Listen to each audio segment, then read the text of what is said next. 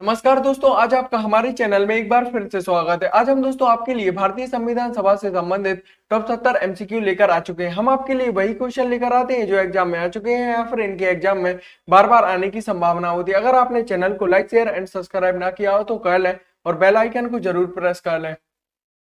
चलिए दोस्तों, आज का पहला टॉप क्वेश्चन देख लेते हैं। भारत के संविधान का निर्माता किसे माना जाता है? तो इसका आंसर होगा भारत के संविधान का निर्माता डॉक्टर भीमराव अंबेडकर को माना जाता है, जबकि जो डॉक्टर भीमराव अंबेडकर है यह भारतीय संविधान की प्रारूप समिति के अध्यक्ष हैं। चलिए दोस्तों, अगर आपने चैनल को लाइक ना किया हो तो कर लें। चलिए अगला टॉप क्वेश्चन देखते हैं। 15 अगस्त 1947 को निम्न में से कौन भारतीय राष्ट्रीय कांग्रेस के अध्यक्ष थे? तो इसका आंसर होगा जेबी कृपलानी 15 अगस्त 1947 को भारतीय राष्ट्रीय कांग्रेस के अध्यक्ष थे। टॉप क्वेश्चन है। चलिए अगला टॉप क्वेश्चन देख लेते हैं। वेरी मोस्ट क्वेश्चन है आपके लिए।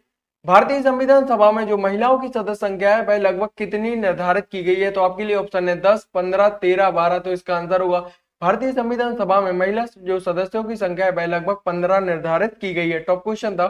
चलिए अगला क्वेश्चन देखते हैं। भारत एवं पाकिस्तान के बीच सीमांकन किसने किया था? यानी भारत एवं पाकिस्तान के बीच जो सीमा निर्धारित की गई थी वह किसके माध्यम से की गई थी? तो इसका आंसर होगा सर सिरिल रैडक्लिफ ने भारत एवं पाकिस्तान के बीच सीमा का निर्धारण किया था। आपको दोस्तों जितने भी क्वेश्चन के आंसर आ रहे हो आप उसका आंसर कमेंट में जरूर लिखें। चलिए अगला टॉप क्वेश्चन देखते हैं। भारत एवं पाकिस्तान का जो विभाजन है वह किस योजना के तहत किया गया था? तो इसका आंसर होगा 1947 में भारत एवं पाकिस्तान का विभाजन लॉर्ड माउंटबेटन योजना के तहत किया गया था। वेरी मोस्ट क्वेश्चन है। चलिए अगला टॉप क्वेश्चन देखते हैं। भारत का संविधान पूर्ण रूप से तैयार कब हुआ था? तो भारत का जो संविधान है पूर्ण रूप से तैयार 26 नवंबर 1949 को हुआ था, जबकि भारत का संविधान पूर्ण रूप से लागू 26 जनवरी 1950 को हुआ था। चलिए अगला टॉप क्वेश्चन देखते हैं। संविधान सभा का पहला सत्र कब हुआ था? तो संविधान सभा का पहला सत्र 9 दिसंबर 1946 को हुआ था, जबकि इसकी अध्यक्षता सच्चिदानंद सिन्हा ने की थी, जबकि सच्चिदानंद सिन्हा को अस्थायी अध्यक्ष के रूप में भी जाना जाता है। अगर आपने चैनल को सब्सक्राइब ना किया तो कर लें। चलिए अगला टॉप क्वेश्चन देखते हैं। संविधान पांडुलिखन समिति यानी प्रारूप समिति में निम्न में से कौन सदस्य नहीं थे? तो प्रारूप समिति के जो अध्यक्ष हैं वह डॉक्टर भीमराव अंबेडकर को माना जाता है, जबकि संविधान की प्रारूप समिति में पंडित जवाहरलाल नेहरू ने भाग नहीं लिया था, जबकि संविधान की प्रारूप समिति में के.एम. मुंशी, मोहम्मद सादुल्लाह और ए.के. अय्यर ने भाग लिया था। चलिए अगला टॉप क्वेश्चन देखते हैं। निम्न में से किसने 1946 के कैबिनेट मिशन का नेतृत्व किया था? तो इसका आंसर होगा सर पथिक लॉरेंस ने 1946 के कैबिनेट मिशन का नेतृत्व किया था, जबकि कैबिनेट मिशन के माध्यम से ही भारतीय संविधान सभा की मांग की गई थी। चलिए अगला टॉप क्वेश्चन देखते हैं। संविधान सभा के उद्घाटन अधिवेशन की अध्यक्षता किसने की थी? तो संविधान सभा की जो उद्घाटन अधिवेशन की अध्यक्षता है वह 9 दिसंबर 1942 को सच्चिदानंद सिन्हा ने की थी, जबकि सच्चिदानंद सिन्हा को अस्थायी अध्यक्ष के रूप में भी माना जाता है। चलिए अगला टॉप क्वेश्चन देख लेते हैं। इन व्यक्तियों में से कैबिनेट मिशन के कौन सदस्य नहीं थे? तो इसका आंसर होगा कैबिनेट मिशन में विलियम वुड ने भाग नहीं लिया था, जबकि कैबिनेट मिशन में मुख्यतः 3 सदस्यों ने भाग लिया था, वह सर पथिक लॉरेंस, स्टीफर्ट क्रिप्स और एबी अलेक्जेंडर, जबकि कैबिनेट मिशन की शुरुआत 1946 में सर पथिक लॉरेंस के तहत की गई थी। चलिए अगला टॉप क्वेश्चन देख लेते हैं। संविधान सभा के अस्थायी अध्यक्ष कौन थे? तो संविधान सभा की जो अस्थायी अध्यक्ष है वह सच्चिदानंद सिन्हा को माना जाता है, जबकि संविधान सभा के स्थायी अध्यक्ष कौन है इसका आंसर आप कमेंट में जरूर लिखें। चलिए दोस्तों अगला टॉप क्वेश्चन देख लेते हैं। भारत विभाजन के संदर्भ में 1947 में नियुक्त सीमा आयोग की अध्यक्षता किसने की थी? यानी भारत एवं पाकिस्तान के बीच में जो सीमा का निर्धारण किया गया था वह सर सिरिल रैडक्लिफ के माध्यम से किया गया था। चलिए अगला टॉप क्वेश्चन देख लेते हैं। भारतीय संविधान सभा के स्थायी अध्यक्ष कौन थे? तो इसका आंसर होगा डॉक्टर राजेंद्र प्रसाद को भारतीय संविधान सभा के स्थायी अध्यक्ष के रूप में जाना जाता है, जबकि सच्चिदानंद सिन्हा को अस्थायी अध्यक्ष के रूप में जाना जाता है। वेरी मोस्ट क्वेश्चन था। इन क्वेश्चनों को दोस्तों हर एक एग्जाम में बार बार पूछा जाता है। चलिए अगला टॉप क्वेश्चन देख लेते हैं। भारत की संविधान सभा गठित करने का मुख्यतः आधार क्या माना जाता है? तो इसका आंसर होगा कैबिनेट मिशन प्लान यानी कैबिनेट मिशन योजना 1946 के तहत भारत की जो संविधान सभा है वह गठित की गई थी। टॉप क्वेश्चन है। चलिए अगला क्वेश्चन देख लेते हैं। कैबिनेट मिशन योजना के अनुसार संविधान सभा में जो कुल सदस्यों की संख्या है वह लगभग कितनी निर्धारित की गई है? तो कैबिनेट मिशन योजना के अनुसार संविधान सभा में जो कुल सदस्यों की संख्या है वह लगभग 389 निर्धारित की गई है। आपको दोस्तों जितने भी क्वेश्चन के आंसर आ रहे हो आप उसका आंसर कमेंट में जरूर लिखना। चलिए अगला क्वेश्चन देख लेते हैं। संविधान की प्रारूप समिति के समक्ष प्रस्तावना का प्रस्ताव जो है वह किसने रखा था? तो वेरी मोस्ट क्वेश्चन है, तो इसका आंसर होगा पंडित जवाहरलाल नेहरू ने संविधान की प्रारूप समिति के समक्ष प्रस्तावना का प्रस्ताव रखा था। यानी प्रस्तावना को जो सर्वप्रथम लेकर आए थे वह पंडित जवाहरलाल नेहरू ही लेकर आए थे। चलिए अगला टॉप क्वेश्चन देख लेते हैं। भारतीय संविधान सभा में राष्ट्रीय ध्वज की जो रूपरेखा को है उसे कब स्वीकार किया गया था? तो भारतीय संविधान सभा ने भारतीय राष्ट्रीय ध्वज की जो रूपरेखा को इसे 22 जुलाई 1947 को स्वीकार किया गया था, जबकि इसकी जो राष्ट्रीय ध्वज की जो रूपरेखा है इसे मैडम भीकाजी कामा ने बनाया था। चलिए अगला टॉप क्वेश्चन देख लेते हैं। वेरी मोस्ट क्वेश्चन है आपके लिए। कैबिनेट मिशन योजना के अंतर्गत संविधान निर्मात्री परिषद में प्रत्येक प्रांत की जो आवंटित सदस्य संख्या निर्धारित करने के लिए एक प्रतिनिधि कितनी जनसंख्या के अनुपात में होना चाहिए? यानी एक सीट के लिए लगभग कितनी सीटों का निर्धारण होना चाहिए? तो एक सीट के लिए लगभग 10 लाख व्यक्ति को चुना जाता है। वेरी मोस्ट क्वेश्चन है आपके हर एक एग्जाम के लिए। चलिए अगला क्वेश्चन देख लेते हैं। संविधान सभा के संवैधानिक सलाहकार किसे माना जाता है? टॉप क्वेश्चन है, तो संविधान सभा के संवैधानिक सलाहकार बेनेगल नरसिंह राव या फिर BN राव को माना जाता है। टॉप क्वेश्चन है। चलिए अगला क्वेश्चन देख लेते हैं। भारतीय संविधान सभा की संघीय शक्ति समिति के अध्यक्ष कौन है? तो संघीय शक्ति जो समिति के अध्यक्ष है वह पंडित जवाहरलाल नेहरू को माना जाता है। टॉप क्वेश्चन है। चलिए अगला क्वेश्चन देख लेते हैं। भारत के राष्ट्रीय ध्वज का जो डिजाइन है वह किसने तैयार किया था? आपके लिए ऑप्शन है सरोजिनी नायडू ने, एनी बेसेंट ने, विजय लक्ष्मी पंडित ने या फिर मैडम भीकाजी कामा ने। तो इसका आंसर होगा मैडम भीकाजी कामा ने भारत के राष्ट्रीय ध्वज का डिजाइन तैयार किया था। टॉप क्वेश्चन है। चलिए अगला क्वेश्चन देखते हैं। अगर आपने चैनल को लाइक ना किया हो तो कर लें। भारत के लिए संविधान सभा की रचना हेतु संविधान सभा का प्रचार निम्न में से सर्वप्रथम किस पार्टी ने प्रस्तुत किया था? तो इसका आंसर होगा स्वराज्य पार्टी ने 1924 में कहा था कि भारत के लिए एक संविधान सभा होनी चाहिए। चलिए अगला टॉप क्वेश्चन देख लेते हैं। भारतीय संविधान सभा जो है वह किस वर्ष स्थापित की गई थी? तो भारतीय संविधान सभा को कैबिनेट मिशन योजना के तहत 1946 में भारतीय संविधान सभा को स्थापित किया गया था। चलिए अगला क्वेश्चन देख लेते हैं। भारत की संविधान सभा जो है वह किसके कहने पर बनाई गई थी? तो भारत की जो संविधान सभा है वह कैबिनेट मिशन योजना 1946 के तहत भारत की संविधान सभा बनाई गई थी। अगर आपने चैनल को सब्सक्राइब ना किया हो तो कर लें। भारतीय संविधान सभा के प्रथम दिन के अधिवेशन की जो अध्यक्षता है वह किसने की थी? तो प्रथम दिन के अधिवेशन की अध्यक्षता 9 दिसंबर 1946 को डॉक्टर सच्चिदानंद सिन्हा ने की थी, जबकि डॉक्टर सच्चिदानंद सिन्हा को भारत के अस्थायी अध्यक्ष के रूप में भी जाना जाता है। टॉप क्वेश्चन था। चलिए अगला क्वेश्चन देख लेते हैं।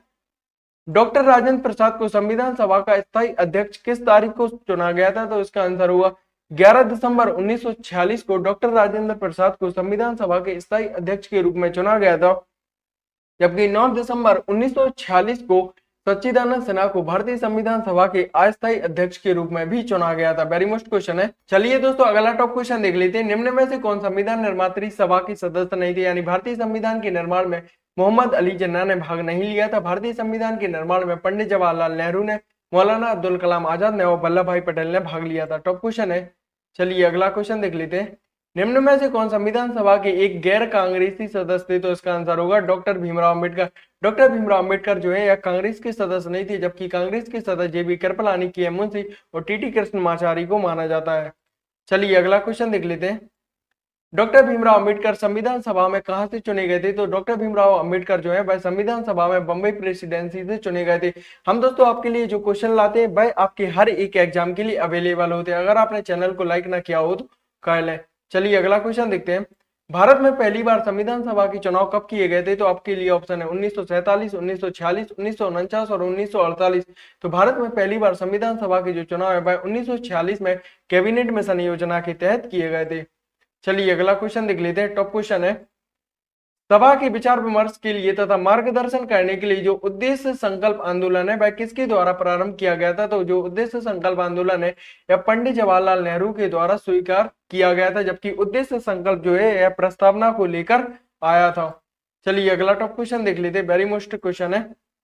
भारत को एक संविधान देने का प्रस्ताव संविधान सभा द्वारा कब पारित किया गया था? तो इसका आंसर होगा 22 जनवरी 1947 को भारत को एक संविधान देने का प्रस्ताव संविधान सभा द्वारा प्रस्तुत किया गया था। वेरी मोस्ट क्वेश्चन है। चलिए देखिए, हम आपके लिए प्रतियोगी परीक्षाओं में बार बार पूछे जाने वाले भारतीय संविधान से महत्वपूर्ण जानकारी संबंधित क्वेश्चन लेकर आते ही रहते हैं। अगर आपने चैनल को लाइक ना किया हो तो कर लें। चलिए अगला क्वेश्चन देख लेते हैं। वेरी मोस्ट क्वेश्चन है, प्रारूप समिति के अध्यक्ष कौन है? तो इसका आंसर होगा प्रारूप समिति के अध्यक्ष डॉक्टर भीमराव अंबेडकर को माना जाता है, जबकि प्रारूप समिति में मुख्यतः 7 सदस्य हमें ध्यान रखना है। चलिए अगला क्वेश्चन देख लेते हैं। संविधान सभा के अंतिम रूप से संविधान को कब पारित किया गया था? तो संविधान को जो है वह 26 नवंबर 1949 को पारित किया गया था, जबकि भारत का संविधान जो है वह पूर्णतः लागू 26 जनवरी 1950 को हुआ था। आपको दोस्तों जितने भी क्वेश्चन के आंसर आ रहे हो आप उसका आंसर कमेंट में जरूर लिखना। भारत एक पूर्णतः गणतंत्र कब बना? तो भारत जो है वह पूर्णतः गणतंत्र 26 जनवरी 1950 को हुआ था, जबकि भारत के जो संविधान को हमने स्वीकार किया था वह 26 नवंबर 1949 को स्वीकार किया था। चलिए अगला टॉप क्वेश्चन देख लेते हैं। भारतीय संविधान के किस भाग को उसकी आत्मा कहा जाता है? वेरी मोस्ट क्वेश्चन है, टॉप क्वेश्चन है, हर एक एग्जाम में इस क्वेश्चन को बार बार पूछा जाता है कि भारतीय संविधान के किस भाग को आत्मा कहा जाता है? तो भारतीय संविधान की प्रस्तावना को भारतीय संविधान की आत्मा कहा जाता है। चलिए अगला टॉप क्वेश्चन देख लेते हैं। संविधान सभा ने राष्ट्रगान को कब स्वीकार किया था? वेरी मोस्ट क्वेश्चन है, तो इसका आंसर होगा संविधान सभा ने राष्ट्रगान को 24 जनवरी 1950 को स्वीकार किया था। चलिए अगला क्वेश्चन देखते हैं। भारतीय नागरिकों को प्राप्त मूल अधिकारों की जो संख्या है वह वर्तमान में कितनी मानी गई? तो वर्तमान में जो मूल अधिकारों की संख्या है वह 6, जबकि वास्तव में जो मूल अधिकारों की संख्या थी वह 7 थी। सातवां कौन सा था? संपत्ति के अधिकार को। 44वें संविधान संशोधन अधिनियम 1978 के तहत संपत्ति के अधिकार को मौलिक अधिकार की श्रेणी से हटाकर इसे विधिक या कानूनी अधिकार बना दिया गया है। तो वर्तमान में जो मूल अधिकारों की संख्या है वह 6, हमें ध्यान रखना है। चलिए अगला टॉप क्वेश्चन देख लेते हैं। संपत्ति के अधिकार को किस संविधान संशोधन द्वारा हटा दिया गया है? तो संपत्ति के अधिकार को मौलिक अधिकार की श्रेणी से 44वें संविधान संशोधन अधिनियम 1978 के तहत इसे विधिक या कानूनी अधिकार बना दिया गया है। चलिए अगला कोई टॉप क्वेश्चन देख लेते हैं। मूल अधिकारों का रक्षक यानी मौलिक अधिकारों का रक्षक किसे कहा जाता है? तो इसका आंसर होगा सर्वोच्च न्यायालय तथा उच्च न्यायालय। तो इसका आंसर होगा उपयुक्त ए और बी दोनों। सर्वोच्च न्यायालय जो है यह भारतीय संविधान के अनुच्छेद 32 के तहत मौलिक अधिकारों की रक्षा करता है, जबकि उच्च न्यायालय अनुच्छेद 226 के तहत मौलिक अधिकारों की रक्षा करता है। अगर आपको सेशन अच्छा लग रहा हो तो एक लाइक कर दे। चलिए अगला टॉप क्वेश्चन देख ले। किस अनुच्छेद के द्वारा 6 से 14 वर्ष तक के बच्चों के लिए जो शिक्षा का अधिकार है उसे मौलिक अधिकार बना दिया गया है? तो इसका आंसर होगा भारतीय संविधान के अनुच्छेद 221 के तहत 6 से 14 वर्ष तक के बच्चों के लिए जो शिक्षा का अधिकार है उसे मौलिक अधिकार में परिवर्तित कर दिया गया है। चलिए अगला टॉप क्वेश्चन देखते हैं। लोक कल्याणकारी जो राज्य की अवधारणा है वह किस में निहित है? तो लोक कल्याणकारी जो राज्य की अवधारणा है वह राज्य के नीति निर्देशक तथ्यों में निर्धारित की गई है, जबकि राज्य के नीति निर्देशक जो तथ्यों का वर्णन है वह भारतीय संविधान के अनुच्छेद 36 से 51 में वर्णित है। चलिए दोस्तों अगला टॉप क्वेश्चन देख लेते हैं। संविधान में मौलिक कर्तव्यों को शामिल करने की जो प्रेरणा है वह हमने किस देश के संविधान से ली गई है? तो संविधान में जो मौलिक कर्तव्य है वह हमने रूस के संविधान से ग्रहण किए हैं, जबकि संविधान में मौलिक अधिकार है वह हमने अमेरिका के संविधान से ग्रहण किए हैं। टॉप क्वेश्चन देख। चलिए अगला टॉप क्वेश्चन देखते हैं। संविधान में मौलिक कर्तव्यों की जो कुल संख्या है वह लगभग कितनी मानी जाती है? तो संविधान में मौलिक कर्तव्यों की वर्तमान संख्या 11 मानी जाती है। वेरी मोस्ट क्वेश्चन है। चलिए अगला टॉप क्वेश्चन देखते हैं। संविधान में मूल कर्तव्यों को किस समिति की अनुशंसा के आधार पर शामिल किया गया है? तो संविधान में मूल कर्तव्यों को स्वर्ण सिंह समिति की अनुशंसा के आधार पर शामिल किया गया। वेरी मोस्ट क्वेश्चन है, अगर आपने चैनल को लाइक ना किया हो तो कर ले। चलिए अगला टॉप क्वेश्चन देखते हैं। भारतीय संघ की शक्ति जो होती है वह किस में निहित होती है? तो भारतीय संघ की शक्ति जो होती है वह राष्ट्रपति में निहित होती है, जबकि जो राज्य की शक्ति होती है वह राज्यपाल में निहित होती है। वेरी मोस्ट क्वेश्चन था।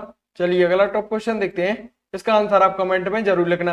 राष्ट्रपति के कार्यकाल की अवधि कितनी होती है? इसका आंसर आप कमेंट में जरूर लिखना। चलिए अगला टॉप क्वेश्चन देखते हैं। राष्ट्रपति पद के चुनाव के लिए कौन सी विधि अपनाई जाती है? तो इसका आंसर देखते हैं। राष्ट्रपति पद के चुनाव के लिए आनुपातिक प्रतिनिधित्व प्रणाली, एकल संक्रमणीय मतदान प्रणाली और अप्रत्यक्ष मतदान प्रणाली अपनाई जाती है। तो इसका आंसर होगा उपयुक्त सभी। चलिए अगला टॉप क्वेश्चन देखते हैं। वेरी मोस्ट क्वेश्चन है आपके हर एक एग्जाम के लिए। भारतीय सेनाओं का सर्वोच्च सेनापति किसे माना जाता है? तो इसका आंसर होगा भारतीय सेनाओं का जो सर्वोच्च सेनापति होता है वह राष्ट्रपति को माना जाता है। चलिए अगला टॉप क्वेश्चन देखते हैं।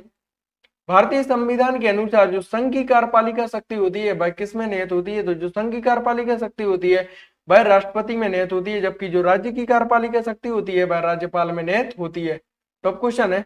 चलिए अगला टॉप क्वेश्चन देखते हैं। राष्ट्रपति राज्यसभा के कितने सदस्यों को मनोनीत करता है? तो राष्ट्रपति जो है वह राज्यसभा के 12 सदस्यों को मनोनीत करता है तथा राष्ट्रपति लोकसभा में 2 एंग्लो इंडियन को भी मनोनीत करता है। चलिए अगला टॉप क्वेश्चन देखते हैं। भारतीय संसद के ऊपरी हाउस यानी अपर हाउस को किस नाम से जाना जाता है? तो भारतीय संसद के अपर हाउस को राज्यसभा के नाम से जाना जाता है, जबकि भारतीय संसद के लोअर हाउस को लोकसभा के नाम से भी जाना जाता है। अगर आपको सेशन अच्छा लग रहा हो तो एक लाइक जरूर करें। चलिए अगला टॉप क्वेश्चन देखते हैं। प्रधानमंत्री की नियुक्ति कौन करता है? तो प्रधानमंत्री की जो नियुक्ति है वह भारतीय संविधान के राष्ट्रपति के माध्यम से की जाती है। चलिए इसी के बारे में और देखते हैं। भारत के मुख्य न्यायाधीश की जो नियुक्ति है वह भी राष्ट्रपति के माध्यम से की जाती है। लोकसभा अध्यक्ष की नियुक्ति लोकसभा सदस्यों के माध्यम से की जाती है। उपराष्ट्रपति की भी नियुक्ति भारत के राष्ट्रपति के माध्यम से की जाती है, जबकि राष्ट्रपति की नियुक्ति कौन करता है? इसका आंसर आप कमेंट में जरूर लिखें। चलिए अगला टॉप क्वेश्चन देखते हैं। यदि प्रधानमंत्री या कोई अन्य मंत्री का सदन सदस्य नहीं है, उसे पद पर बने रहने के लिए कितने दिनों के अंदर संसद का सदस्य बनना अनिवार्य माना जाता है? तो इसका आंसर होगा 6 माह के अंदर उसे संसद की सदस्यता प्राप्त करनी होती है, अतः वह व्यक्ति अपने आप त्याग पत्र दे देता है। टॉप क्वेश्चन है। चलिए अगला क्वेश्चन देखते हैं। मंत्रिपरिषद सामूहिक रूप से किसके प्रति उत्तरदायी होती है? तो जो मंत्रिपरिषद होती है वह सामूहिक रूप से लोकसभा के प्रति उत्तरदायी होती है, जबकि जो मंत्रिपरिषद का अध्यक्ष होता है वह प्रधानमंत्री को माना जाता है। वेरी मोस्ट क्वेश्चन था। चलिए अगला टॉप क्वेश्चन देख लेते हैं। लोकसभा की अधिकतम सदस्य संख्या कितनी हो सकती है? तो इसका आंसर होगा लोकसभा की अधिकतम सदस्य संख्या 552 हो सकती है, जबकि लोकसभा में जो वर्तमान संख्या है वह 545 मानी गई है। चलिए अगला टॉप क्वेश्चन देखते हैं। राज्यसभा की अधिकतम सदस्य संख्या कितनी हो सकती है? तो राज्यसभा की जो अधिकतम सदस्य संख्या है वह 250 हो सकती है, जबकि राज्यसभा की वर्तमान संख्या 245 है। अगर आपको सेशन अच्छा लग रहा हो तो एक लाइक जरूर करें। चलिए अगला टॉप क्वेश्चन देखते हैं। किसी विधेयक को धन विधेयक के रूप में कौन प्रमाणित करता है, यानी यह कौन बताता है कि कोई भी विधेयक विशेष धन विधेयक है या नहीं? तो यह लोकसभा का अध्यक्ष तय करता है कि कोई भी विधेयक धन विधेयक है या नहीं। चलिए अगला टॉप क्वेश्चन देखते हैं। केंद्र सरकार का प्रथम विधि अधिकारी कौन होता है? वेरी मोस्ट क्वेश्चन है। इस क्वेश्चन को दोस्तों हर एक एग्जाम में पूछा जाता है। केंद्र सरकार का जो प्रथम विधि अधिकारी होता है वह महान्यायवादी को माना जाता है। अगर आपने चैनल को लाइक शेयर एंड सब्सक्राइब ना किया हो तो कर लें। चलिए दोस्तों आज की वीडियो में बस इतना ही। हम आपके लिए ऐसे ही अमेजिंग वीडियो लाते रहेंगे और आपकी तैयारी बेस्ट करवाते रहेंगे। अगर आपने चैनल को लाइक शेयर एंड सब्सक्राइब ना किया हो तो कर लें प्लीज दोस्तों।